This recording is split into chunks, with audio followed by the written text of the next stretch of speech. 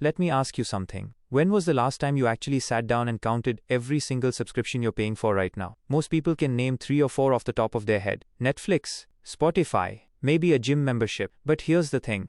The average person is paying for 12 to 15 subscriptions at any given time. And most of them have completely forgotten about at least half of those. That's not an accident. That's by design. And today, we're going to talk about one of the quietest, most invisible money leaks in modern life, the subscription trap. Because the companies behind these services know something about your brain that you probably don't. And once you see it, you can never unsee it. Here's what most people believe. They think subscriptions are convenient, affordable, and totally under control. $14 here, $9 there. It feels like nothing. It feels manageable. But there's a psychological phenomenon happening every single month that makes subscriptions incredibly dangerous for your wallet. It's called the set it and forget it effect. The moment a payment becomes automatic, your brain stops registering it as spending. It just disappears into the background. Like background noise you stopped hearing. Think about it this way. If someone walked up to you every single morning and asked you to hand them 20 rupees, you would notice that. You'd feel it. But if that same person quietly reached into your pocket every month, you'd barely flinch. That's exactly what subscriptions do. Here's where it gets really interesting. Subscription businesses are built on one core assumption, that most of their customers will pay far more than they actually use the product. There's even an industry term for it. Passive subscribers. People who are subscribed but barely engaged. Streaming platforms know that a huge portion of their users sign up, watch something for 2 weeks, and then just stop. But the payments keep coming. Gym chains operate on this same model. If every single gym member actually showed up every day, the gym would be completely overwhelmed. They literally count on you not showing up. Now here's the psychology that makes this even more powerful. Something called the endowment effect. Once we own something, or feel like we own access to something, we overvalue it. Canceling a subscription feels like a loss, even when you haven't used it in months. Your brain says, but what if I need it next month? So you keep paying, month after month, for something that is quietly draining your money and giving you absolutely nothing in return.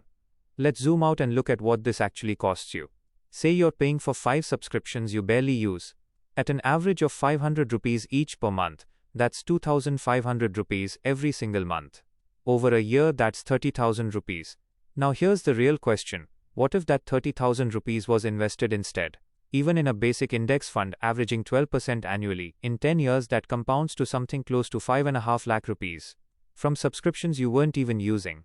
This is what wealth building is actually about. It's not always about making more money. It's about stopping the invisible leaks first. Wealthy don't have more money because they earn more. Many of them do, yes, but they also pay relentless attention to where their money quietly disappears. They audit, they cut, they redirect. So here's what you should do this week. And it takes less than 20 minutes. Open your bank statement or your UPI transaction history. Go back 90 days. Write down every recurring charge you see. Every single one. Then ask yourself 3 questions about each one. Have I used this in the last 30 days? Do I actually need this, or did I just forget to cancel? If I didn't have this already, would I sign up for it today? If the answer to all 3 is no, cancel it. Right now, not next month. Set a reminder every 6 months to do this audit again, because subscriptions have a way of multiplying when you're not looking. Here's the thought I want to leave you with. Subscriptions are engineered to feel small. But small leaks, over enough time, sink ships.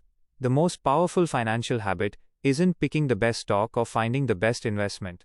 It's simply knowing where your money is going, and making sure every single rupee is working for you, not quietly disappearing in the background. Your future self doesn't care how convenient it felt. Only see the result. Go do that audit. You might be surprised what you find.